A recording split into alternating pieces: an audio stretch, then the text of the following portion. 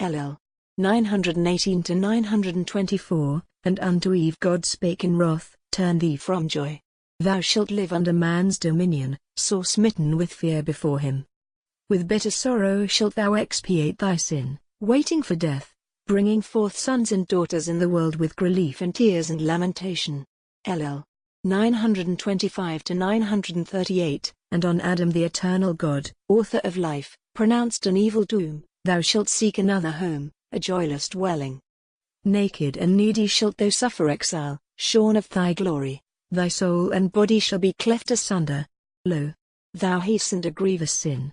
Therefore shalt thou labor, winning thy portion on the earth by toil, eating thy bread in the sweat of thy brow while thou dwellest here, until that grim disease, which first thou tasted in the apple, shall grip hard at thy heart. So shalt thou die. LL 939 to 951. Lo, now we know how our afflictions came upon us, and mortal misery. Then the Lord of glory, our Creator, clothed them with garments, and bade them cover their shame with their first raiment. He drove them forth from paradise into a narrower life. By God's command a holy angel, with a sword of fire, closed fast that pleasant home of peace and joy behind them. Now it, sinful man may walk therein, but the warden has strength and power, dear unto God in virtue, who guards that life of glory. LL 952 to 964. Yet the Almighty Father would not take away from Adam and from Eve, at once, all goodly things, though he withdrew his favor from them.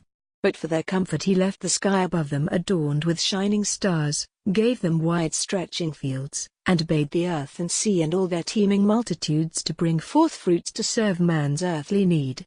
After their sin they dwelt in a realm more sorrowful, a home and native land less rich in all good things than was their first abode, wherefrom he drove them out after their sin. LL 965 to 987. Then, according to the word of God, Adam and Eve begat children, as God had bidden. To them were born two goodly sons, Abel and Cain. The books tell us how these brothers, first off toilers, gained wealth and goods in store of food. One, their firstborn, tilled the fields, the other aided with his father's cattle, and after many days they both brought offerings to God. The Prince of Angels, Lord of every creature, lifted up his eyes on Abel's offering and would not look upon the gift of Cain. And the heart of Cain was bitter, wrath shook his soul, and envy burned within him. Then with his hands Cain wrought a deed of shame, struck down his brother Abel, and poured his blood upon the ground. The earth drank in his blood poured out in murder. LL 987, 1001. After that mortal blow came woe and tribulation. From that shoot grew more and more a deadly bitter fruit, and the boughs of sin stretched far and wide among the nations. Grievously the twigs of evil touched the sons of men, and do soil, and from them grew broad blades of wickedness. With lamentation must we tell that tale of evil fate, not without cause. Grievous the ruin the lovely woman wrought us by that first of sins that ever men on earth had sinned against their Maker since Adam first was filled with breath from the mouth of God.